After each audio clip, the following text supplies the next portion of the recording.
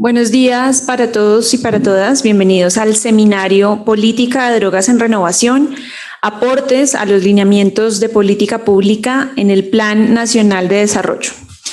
Este seminario tiene como propósito contribuir a la formulación de las bases del Plan Nacional de Desarrollo, específicamente en materia de política de drogas.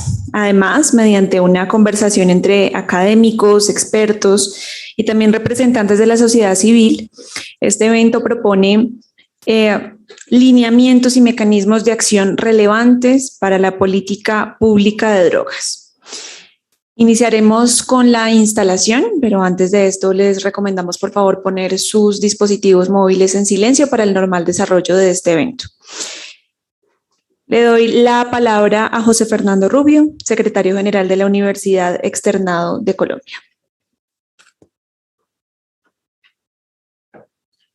Muchas gracias, muy buenos días para todos.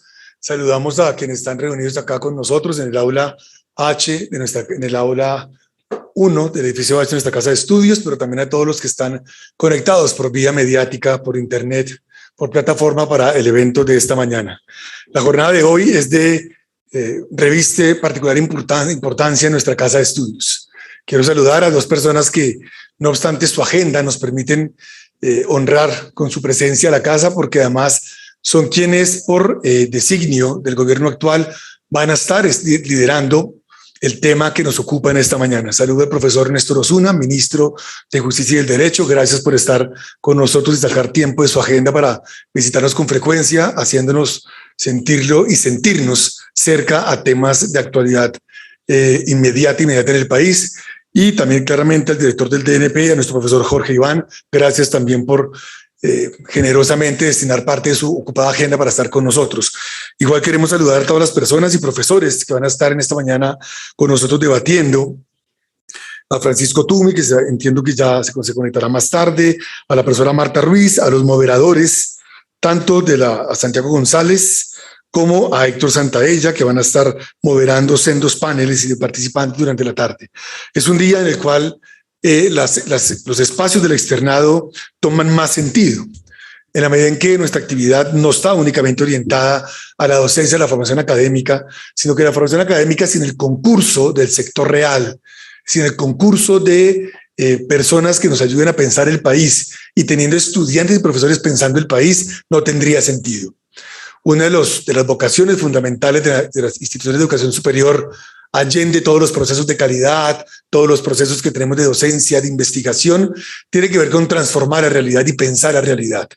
Eliminar ese gap que se ha creado entre docencia, academia y, como lo suelen llamar algunos, sector real. No puede haber tal espacio de diferencia. Aquí nos estamos formando con la ayuda de los facilitadores de docencia e investigación. Los estudiantes están apostando por formarse como profesionales. Y eso implica desde el día 1 estar participando en debates y en reflexiones, claramente, con todo el andamiaje teórico, con todo el andamiaje metodológico. Sin duda, la producción, el consumo y el tráfico de drogas o de sustancias consideradas ilegales ha permeado todas las esferas de nuestro país. Creo que no habrá colombiano alguno, ni en la Colombia profunda, ni en los sectores urbanos de las principales ciudades, que no haya vivido en su experiencia diaria, desde su noción de razón, desde la adolescencia, el impacto de este ejercicio en el país desde hace más de 4 décadas, por sencillamente colocarle un término breve. El país entero, su esfera financiera, su esfera política, la salud pública, se ha visto permeada de manera robusta, dramática incluso, por todo el tema de la producción, el tráfico, la venta y el consumo de sustancias ilegales. En este año reciente de nuevo gobierno, el tema se ha colocado nuevamente sobre la mesa, siempre ha estado de alguna manera sobre la mesa, pero esta vez se ha colocado con una particular tensión, y es enfrentarlo desde otras ópticas, es enfrentarlo para resolverlo, declarando que no en Colombia, sino en la región y en el mundo, ha habido años y décadas de una lucha que no ha terminado siendo ni eficaz ni eficiente. No podría la universidad no ocuparse entonces de un tema como estos. Y en la Facultad de Economía ha habido un espacio importante para pensar este tema. Saludo de manera afectuosa a la doctora Carolina, decana de la facultad, y al consejo directivo de la facultad también, porque la facultad desde hace varios años ya con profesores liderando este tema, han venido ocupándose. Y hoy nos convocan para este seminario, para esta jornada entera de trabajo. Además, coincide que el plan de desarrollo que está en formulación, se está debatiendo, debe incluir claramente un asunto de tanta relevancia como el que nos ocupa en esta tarde, en esta mañana, en todo el día. Y por eso creo que las personas que nos acompañan para las primeras conferencias, pues nos traen información de primera mano, y la información que traen es para abrir debates y para hacer que esto llegue y permee la vida de los estudiantes.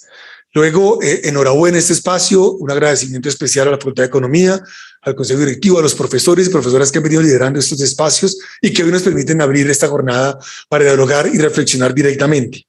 Lo que pasa en las universidades debe impactar el país y la región.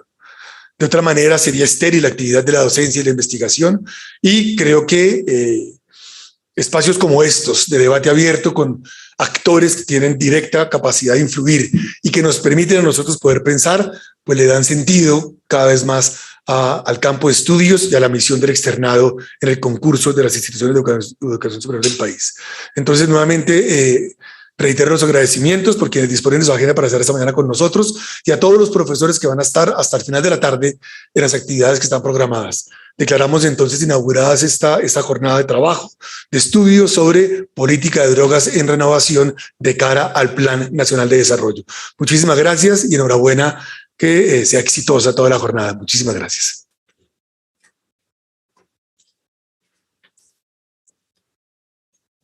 Gracias, secretario, por su intervención, y a continuación damos la palabra a Néstor Osuna, ministro de Justicia y del Derecho del país.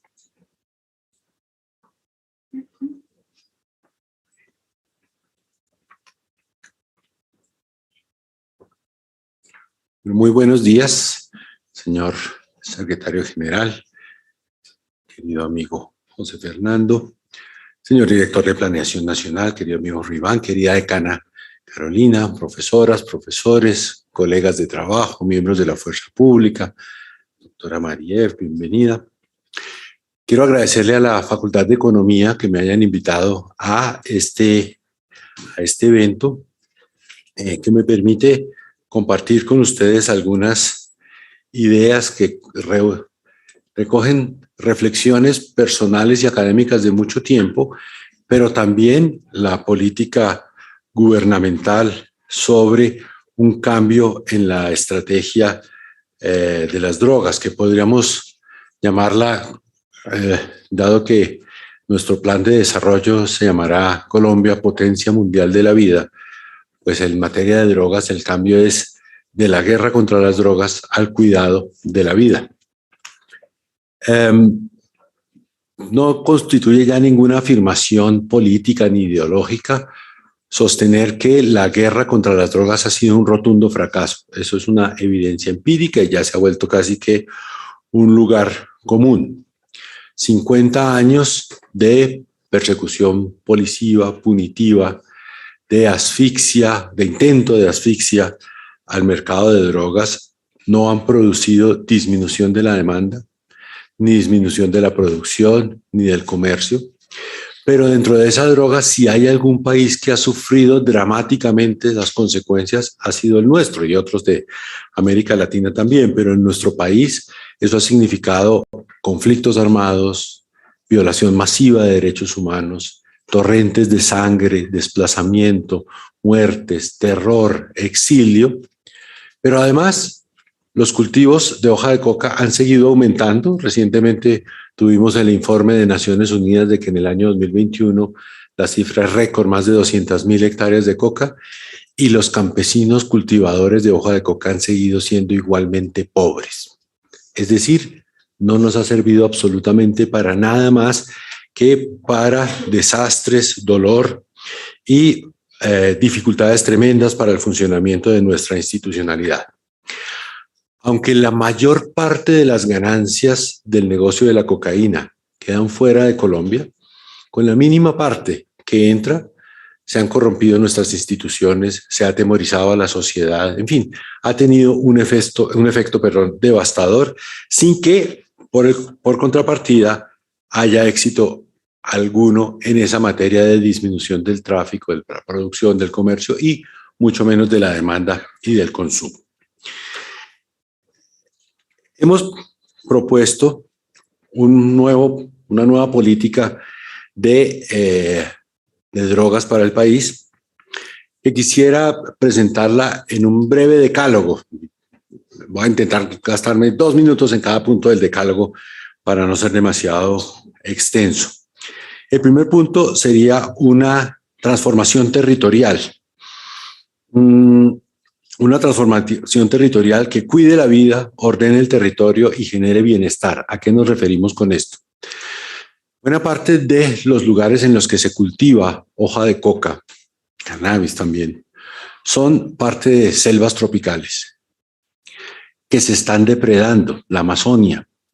El gobierno nacional quiere reforestar la Amazonia, quiere que esos campesinos pobres, muchos de ellos indígenas, afrodescendientes, que se han dedicado a esos cultivos, puedan dedicarse a otras actividades.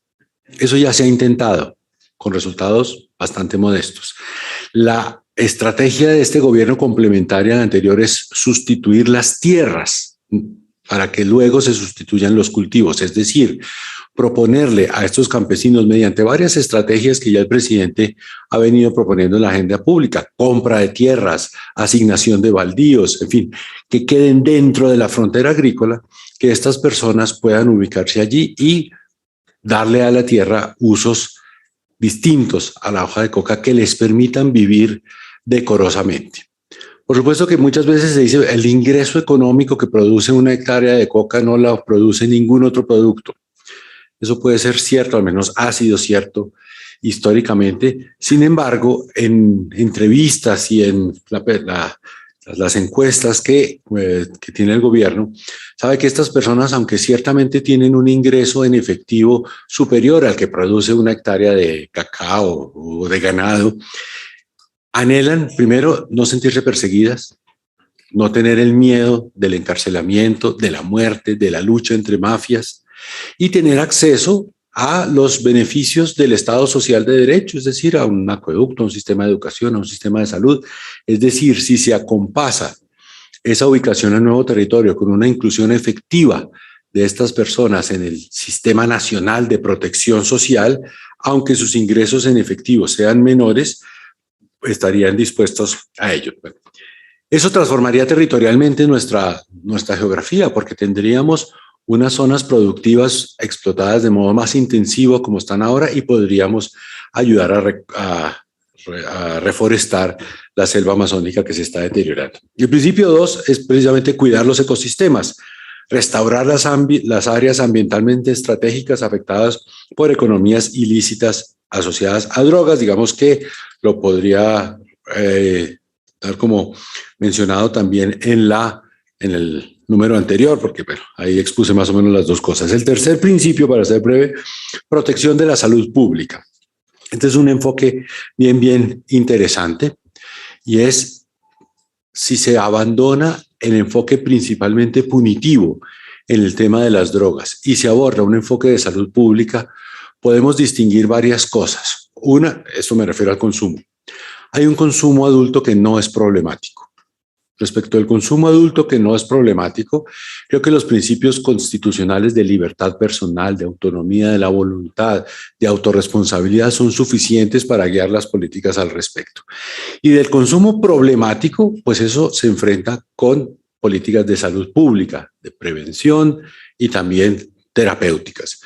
Una estrategia semejante a la que existe con el alcohol, con el licor, con el tabaco, podría dar muchos mejores resultados para prevenir, evitar, disminuir el consumo problemático y asumir que el consumo no problemático no requiere o no tiene sentido enfrentarlo con la estrategia punitiva del Estado.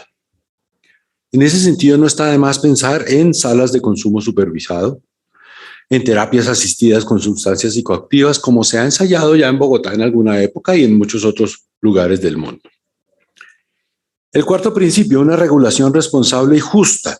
Esta está dirigida principalmente hacia el cannabis y hacia usos terapéuticos, industriales y científicos de la hoja de coca. El prohibicionismo, aquellos de aquí que seamos abogados, probablemente en este foro no abundemos tanto y eso es bueno. Los que somos abogados sabemos que la estrategia del prohibicionismo es una de las que más limita las posibilidades de actuación del Estado frente a un fenómeno social. Cuando se prohíbe una conducta, lo único que puede hacer el Estado frente a ella es imponer una pena. Eso en algunos casos es necesario, pero para buena parte de los fenómenos sociales no es lo más adecuado. Así que unos modelos de regulación responsables sobre, por una parte, el cannabis. El cannabis, digamos, yo sé que en algún discurso tiende a confundirse todo, pero el cannabis es una sustancia mucho menos problemática y adictiva que el licor, que el tabaco, que muchas otras, y se consume de modo pues masivo en el mundo, sin que el mundo se esté amenazando a acabarse por eso, está amenazando a acabarse, pero por otras cosas. Entonces, un uso adulto regulado, responsable, parece ser la mejor estrategia. En ese sentido, hay en este momento un proyecto de reforma constitucional haciendo tránsito en el Congreso de la República. Precisamente hoy, de aquí saldré para allá, y mañana se discutirá en tercer debate ese proyecto en la Comisión Primera del Senado de la República. Es una discusión bastante difícil, con unas mayorías muy estrechas pese a la coalición de gobierno, que no me permiten augurar ningún resultado. Espero que el resultado sea por la probatoria. Si no lo fuera, insistiremos. Eso no pasa nada hasta lograr persuadir a los agentes políticos de las ventajas de esa regulación. Pero también una regulación responsable de usos terapéuticos, industriales y científicos de la hoja de coca. El profesor Alonso de esta universidad ha publicado varias investigaciones en las que nos da cuenta de esos usos que ya existen, que son lícitos, pero que están muy poco desarrollados sobre hoja de coca. Dicho eso, algunos critican esto que acabo de decir por excesivo y otros por demasiado tímido, pero me siento comprometido y además muy convencido de manifestar que el actual gobierno no legalizará la cocaína. Hasta allá no llegamos. ¿Por qué? Porque es inoportuno en este momento, porque pondría a la economía colombiana y a la sociedad colombiana en grandes aprietos en la comunidad internacional. Esto tiene que ser por partes, lentamente. Una guerra fallida de 50 años no se desmonta en 3 meses y con 4 discursos en Naciones Unidas. Poco a poco vamos allá. Entonces, por ahora, mientras este gobierno esté a cargo de la dirección del país, no se legalizará el tráfico ni el comercio de cocaína, pero sí propenderemos hacia una regulación responsable, tanto del cannabis, cuyo uso medicinal científico ya está permitido, pero también hacia el uso adulto, que algunos llaman recreativo de cannabis, y también hacia el uso, hacia la regulación sensata de la hoja de coca. Hoja de coca que además tiene usos ancestrales y que forma parte también de nuestra historia que merece ser reivindicada. Quinto principio, seguridad humana. Reducir las amenazas a la vida y afectar las organizaciones multicrimen y rentas ilícitas asociadas con las drogas. La directora de política antidrogas del Ministerio de Justicia, la doctora Gloria Miranda, un día en una reunión y de unas palabras que creo que van a ser el encabezamiento de esta política, es oxígeno y asfixia. Y se le ocurrió así y me pareció que era famoso y luego lo hemos repetido y gusta mucho. Oxígeno para las comunidades, para los campesinos pobres que cultivan hoja de coca. Aire para que puedan subsistir, para que puedan desarrollar una economía razonable, y asfixia para las organizaciones multicrimen. Es decir, enfocar la política punitiva del Estado hacia la interdicción fluvial, marítima, hacia la interdicción financiera, hacia el bloqueo de esa actividad que ocurre cuando la hoja de coca se transforma en dinero. Y allí es porque esas mafias, esos grupos criminales de alto impacto, muchos de ellos son esos hilos que han producido tanto dolor, tantas violaciones de derechos humanos, tanta muerte, tanto desplazamiento, tanta pobreza y miseria. Y en la estrategia que tiene además nuestras cárceles llenas de gente, de meter allí a los cultivadores de hoja de coca, todos ellos, la mayor parte de ellos pobres, pues no hemos priorizado hacia dónde debe ser. Esa priorización, por supuesto, implica investigación mucho más científica, con mecanismos electrónicos de inteligencia, con cooperación internacional, con, digamos, articulación en la persecución de todos esos ciclos financieros del formidable negocio de la coca. Sexto principio, justicia social. medidas afirmativas a favor de la población que más directamente ha sufrido los efectos del prohibicionismo.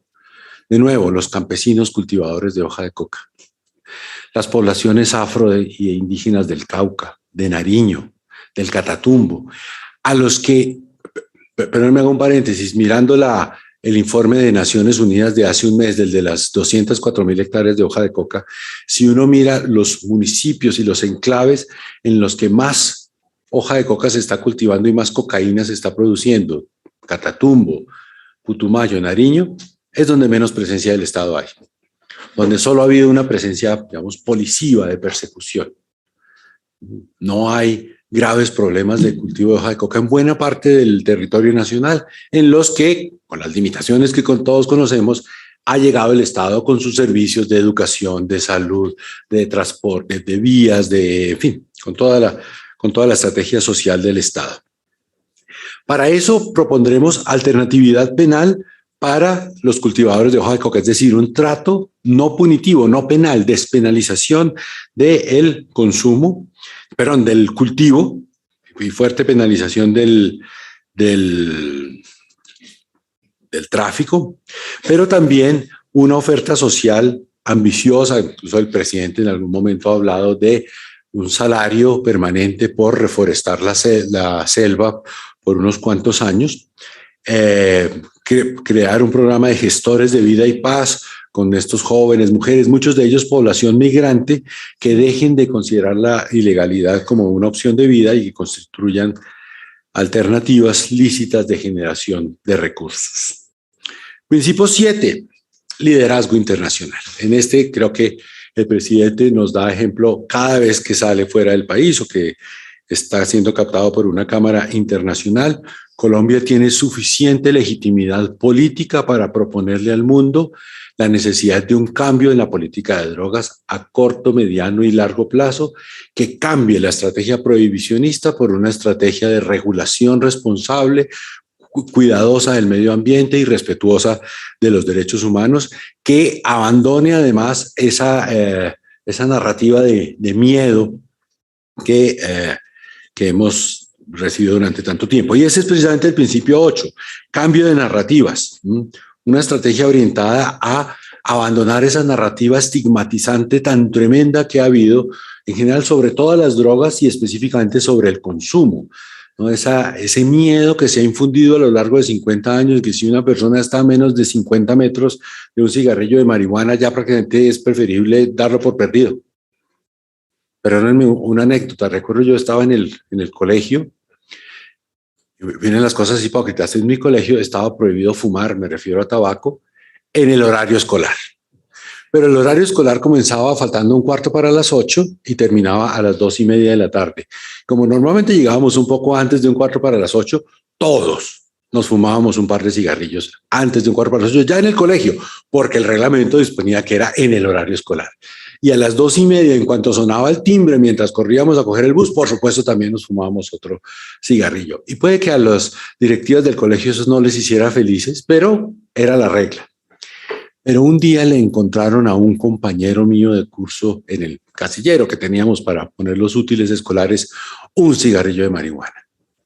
Lo expulsaron del colegio inmediatamente. Los demás nos dijeron pues que era tenebroso volver a hablar con él, era una cosa peligrosísima, era como si se hubiera vuelto el demonio de un día para otro. El miedo fue terrible. Por supuesto, claro, uno muerto del susto, pues no lo volví a llamar porque debía ser algo pues realmente espantoso. Muchos años después me lo he encontrado varias veces en la vida. Es un comerciante exitoso, vive aquí en Bogotá, sigue consumiendo cannabis. Por fortuna su familia no fue tan loca como las autoridades de mi colegio, simplemente le buscaron otro colegio para que terminara su clase, pero miren qué reacción tan absurda. Esa narrativa hay que combatirla, la narrativa de que si una persona se fuma un cigarrillo de marihuana ya no va a ser una persona que pueda trabajar, hay que expulsarla de la familia, del trabajo, no es un buen ciudadano. No. Debe ser una narrativa parecida al que se toma un trago de aguardiente el fin de semana, o a los que consumimos muchísimo café, como quien les habla. A veces yo cuando hablo de consumo problemático digo yo debo tener un consumo problemático de café porque la cosa sí es realmente excesiva. En fin, un cambio de estrategia del principio noveno, una política participativa e incluyente. Queremos que todas estas decisiones no sean diseñadas ni en el escritorio del doctor Jorge Iván en planeación ni en el mío en el Ministerio de Justicia, sino con la mayor participación posible de los afectados, de todas estas personas que se han visto, digamos, maltratadas por la guerra contra las drogas, por el narcotráfico. Y por último, ya para terminar, con enfoques diferenciales. Tener en cuenta situaciones distintas de personas según su edad, si se trata de madres, cabeza de familia, cultivadores de hoja de coca, por ejemplo, tal vez merecen un tratamiento diferencial y sobre todo pertenencia étnica, discapacidad, etapa del ciclo vital, como elementos para diseñar esa política diferenciadora de drogas. Era simplemente una presentación, quedo aquí por supuesto a su disposición para preguntas, debates si a ello surgiere, pero me alegra muchísimo poder acompañarlos esta mañana, decirles que fíjense que se comienza a hacer realidad una promesa de cambio. El gobierno sabe que esto es arriesgado, que la comunidad internacional puede no ser suficientemente comprensiva con este discurso. Conocemos esos riesgos, conocemos que las bandas de narcotraficantes no son fáciles de tratar. Llevan 50 años pues, en el mundo de una violencia extrema y de una deshumanización tremenda de sus actividades, pero mantener la política actual, la de siempre, probablemente le permitiría a uno pasar de agache y aplazar 4 años más el problema, agravándolos un poquito y ser absolutamente indiferente. Para eso no valía la pena ganar las elecciones y para eso además no tendría sentido, digamos, o sería una traición a esa sensación de esperanza, de anhelo de cambio, de necesidad de dejar atrás problemas endémicos de nuestro país como la violencia que proviene del narcotráfico. Así que eso es lo que estamos pensando hacer. Les agradezco enormemente su atención y quedo, como les decía, a su disposición. Mil gracias.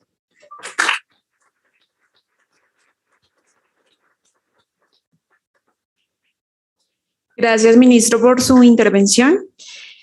A continuación, daremos paso a las conferencias centrales, que darán un balance de las políticas públicas en materia de drogas, la perspectiva global y latinoamericana sobre la política de drogas, así como la perspectiva de la Comisión de la Verdad sobre la política de drogas.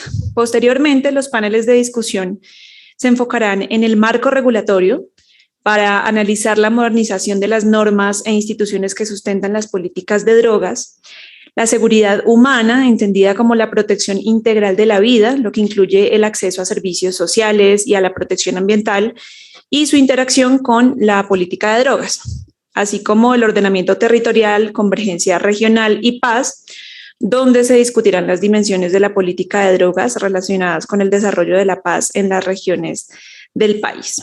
Damos paso entonces a la primera conferencia central, titulada El prohibicionismo se renueva, a cargo de Jorge Iván González, director del DNP.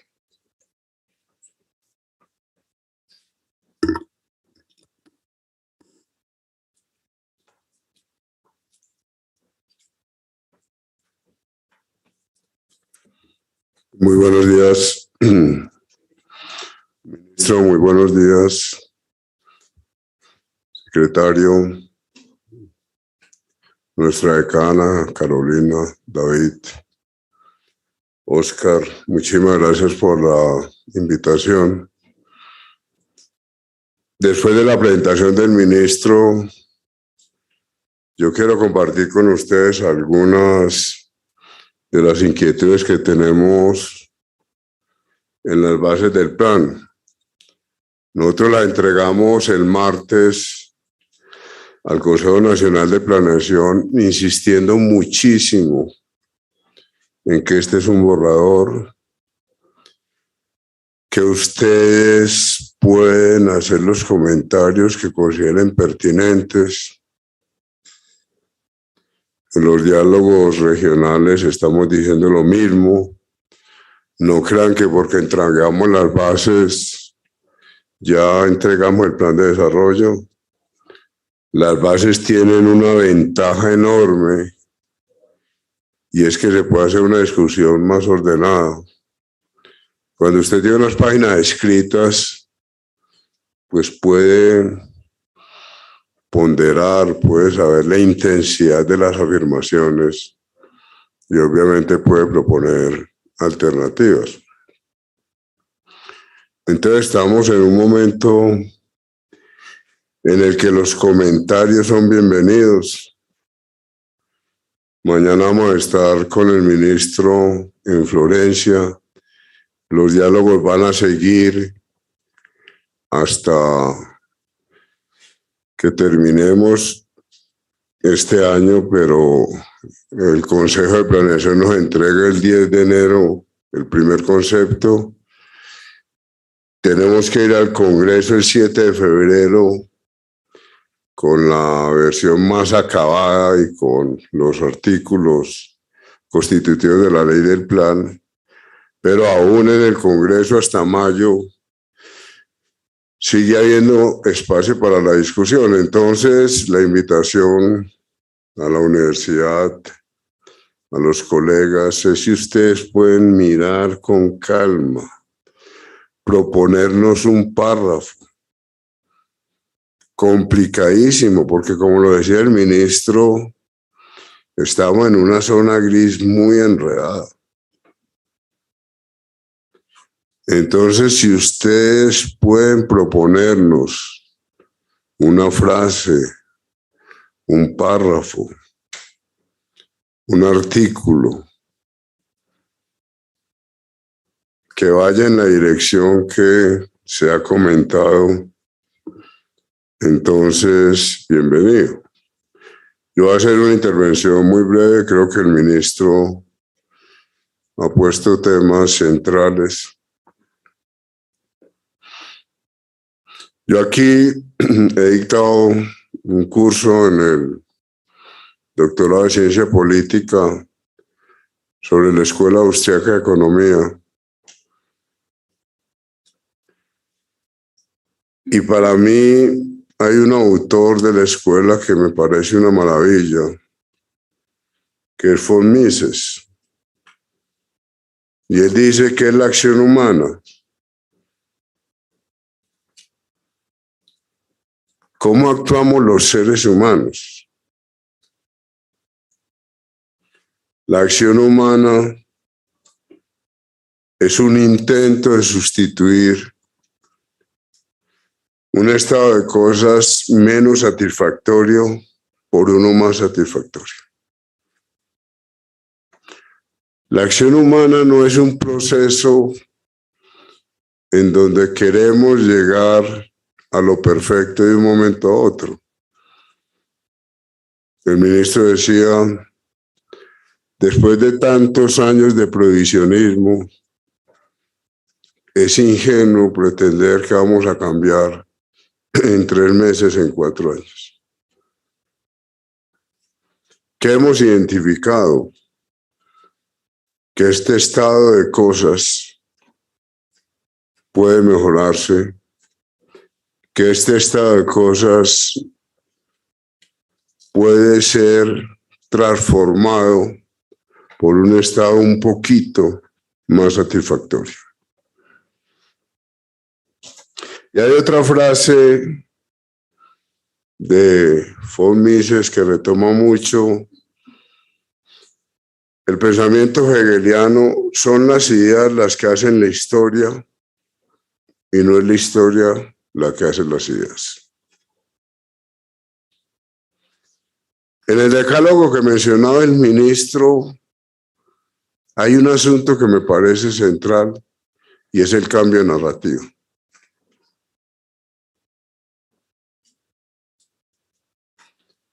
Estos días, después de que entregamos el plan, las bases del plan, a mí me preguntan cuál es el aporte de este gobierno y yo digo el cambio narrativo.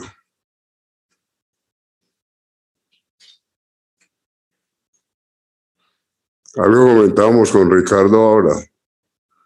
Nunca un plan de desarrollo había colocado el territorio en primer lugar. Nunca un plan de desarrollo había construido un lenguaje en donde la espacialidad es fundamental. Nunca un plan de desarrollo había colocado el agua y el ordenamiento alrededor del agua como ejes constitutivos.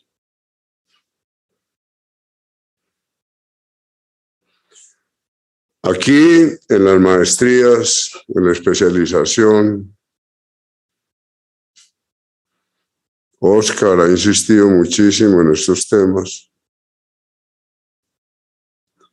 pero que estos temas de la espacialidad, que estos temas del territorio se conviertan en ejes articuladores de un plan de desarrollo, ese camino es novedoso, es una mirada completamente distinta. El plan de desarrollo anterior empezaba con un triángulo que era equidad, emprendimiento y legalidad. Comparen ese enfoque con el enfoque del ordenamiento del territorio alrededor del agua y son dos mundos. Es decirle a la sociedad, miremos distinto.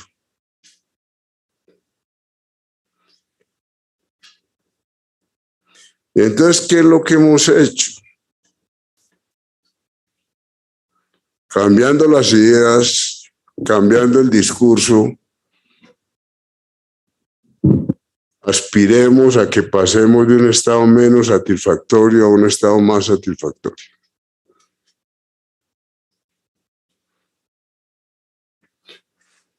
El discurso anterior, emprendimiento, legalidad y equidad, está acompañado con lo que hemos criticado, con lo que se critica en este libro. Glifosato, por lo tanto, acabamos con los cultivos y por lo tanto se acaban los grupos militares, paramilitares. Este relato es un relato muy complicado, el de este gobierno. Porque como lo dice el ministro, nos coloca en una frontera muy difícil.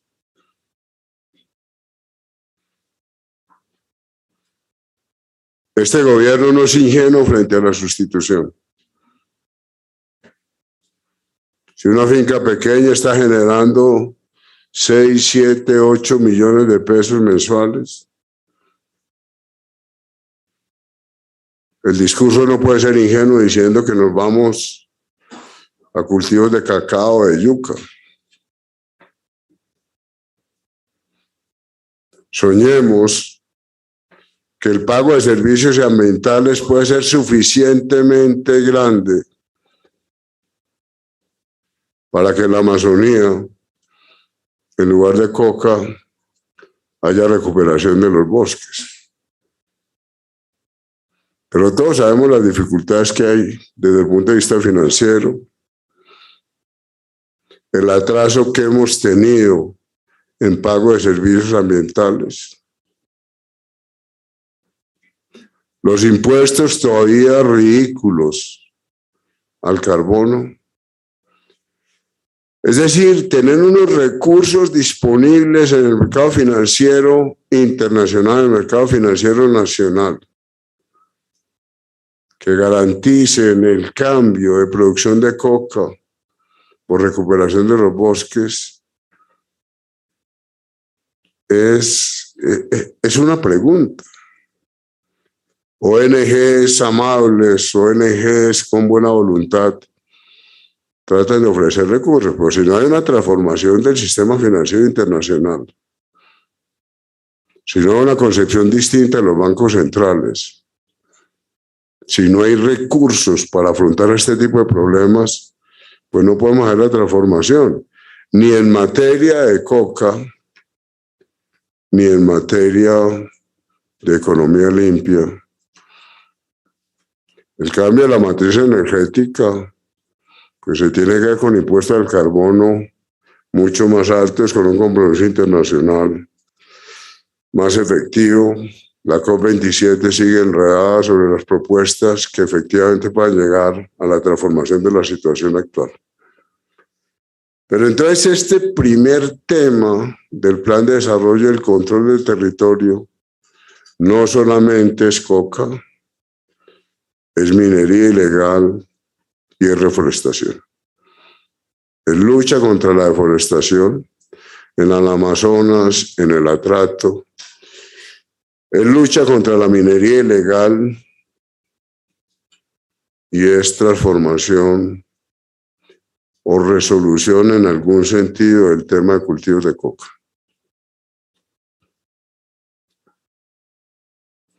Cuando uno conversa con los gobernadores en los diálogos regionales y les pregunta qué hacemos, cómo avanzamos, todos tenemos un incógnito enorme.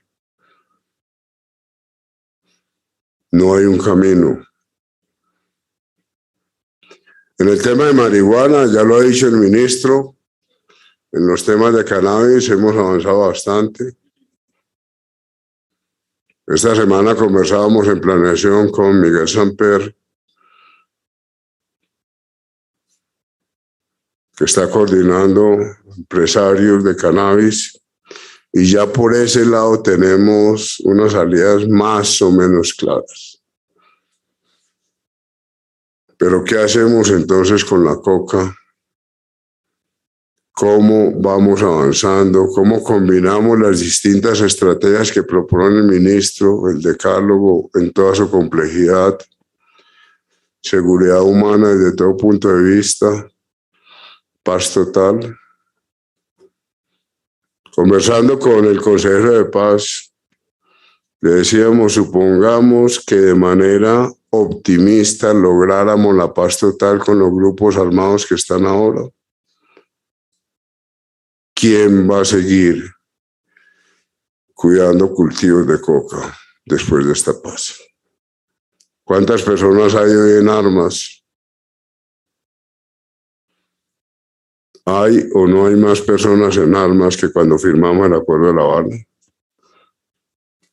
Entonces creo que estos son interrogantes que nosotros en el plan o en las bases del plan no respondemos. Si ustedes leen las bases, hay un cambio de discurso, pero no hay una respuesta. En las bases, por la complejidad, la relación con Estados Unidos. Esta zona gris, ya decía el ministro que en el Congreso no va a ser tan fácil en la aprobación de la ley sobre cannabis. Entonces estamos en una situación muy difícil. Siempre dijimos con Carolina, con Oscar, miremos cómo a este texto, que es un trabajo juicioso, la academia tiene la ventaja de que puede proponer ideas y confiar en las ideas. A veces nosotros como docentes, como que no sabemos para qué dictamos las clases y si las clases tienen un impacto. Y yo estoy convencido que el cambio de lenguaje ya es un paso de la transformación. Y en ese sentido, de que son las ideas las que hacen la historia, y no es la historia la que hace las ideas, bueno, siempre podrá discutir ese principio hegeliano, pero yo creo que en la academia pues hablamos distinto. Si yo me pongo a comparar una clase de hace 20 años con una clase de ahora, o cuando uno mira el informe del primer Club de Roma en 1972 al lenguaje que tenemos hoy, el cambio en el lenguaje ha sido total, ha sido absoluto. Seguimos en esta facultad y en la Facultad de Economía sin enseñar geografía de manera sistemática. Hemos discutido aquí 1000 veces. No tiene ningún sentido que los cursos de micro y macro sigan desconociendo el espacio, sigan desconociendo la fuerza de las aglomeraciones, sigan desconociendo los rendimientos crecientes de las vecindades. Es absurdo que los profesores de micro aquí, en los Andes, en la Nacional, sigamos enseñando una función de utilidad samuelsoniana creada en 1937. Es absurdo que sigamos considerando como factores de producción primarios el stock de capital y el trabajo, en lugar de aceptar que los factores de producción primarios son los recursos naturales y el trabajo. En los cursos de macro y de micro no hay ríos. En los cursos de macro y de micro no hay páramos. En los cursos de macro y de micro no hay bosques. En los cursos de micro y de macro no hay distancias. En los cursos de micro y de macro no hay transporte. En los cursos de micro y de macro no hay geografía.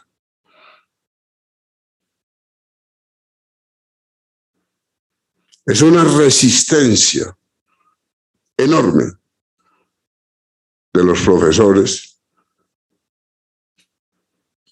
para aceptar los rendimientos crecientes.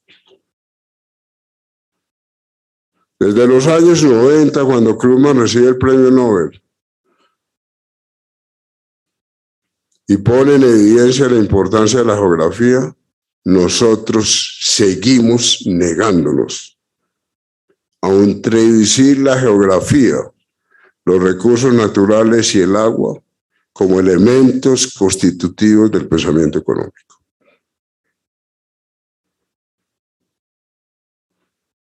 ¿Cuál es la única ventaja de los rendimientos decrecientes? Que podemos encontrar puntos de equilibrio. ¿Cuál es el reto de la geografía? Que no sabemos. Que tenemos que aceptar que no sabemos. Que tenemos que aceptar que no sabemos cuál es el futuro de Bogotá. Los rendimientos crecientes y las vecindades nos llevan a situaciones inciertas, completamente inciertas. Los ejercicios de micro y de macro que estamos haciendo, pues nos llevan a los puntos de equilibrio. Y entonces el estudiante sale de clase pensando que entiende y que sabe. ¿Cuándo vamos a introducir el espacio en la enseñanza básica de la economía? Yo no niego que tengamos unos seminarios en los que hagamos un esfuerzo enorme por decirle a los estudiantes que tal vez el agua importa, que tal vez los páramos sí importan y que el stock de capital no aparece de un momento a otro. Pero bueno, esta es una reflexión un poco de decirles qué hacemos. Nosotros, yo digo, de planeación ahí contribuimos. Y le damos una vuelta total al plan de desarrollo pasado. El cambio es brutal. Estamos construyendo el relato. Yo espero que podamos construir un relato diciendo desde el espacio tenemos que hablar de productividad de las empresas. Sin distancias, sin costos de transporte y sin agua, no podemos entender la productividad de las empresas. Antier hubo una reunión del Consejo Nacional de Competitividad.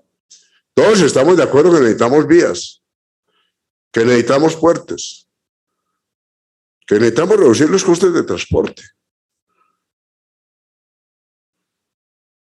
Pero cuando los colegas, nosotros, enseñamos economía, la productividad depende del costo del capital, de la tasa de interés y de la calidad del trabajo humano. Nunca, nunca de los puertos, de los trenes, de los ferrocarriles. Entonces creo que entre todos tenemos que hacer el esfuerzo. Este gobierno propone un cambio de óptica que creo que los medios no captan. No comentamos con los colegas de planeación. Los medios todavía no captan, no se pillan este cambio. Seguramente porque el relato no hemos terminado de construir bien. Pero yo quisiera que Julito, que Néstor Morales, que captaran. Y yo creo que todavía no lo hemos logrado, pero bueno, espero que aquí por lo menos sí lo captemos. Muchísimas gracias, muy amables.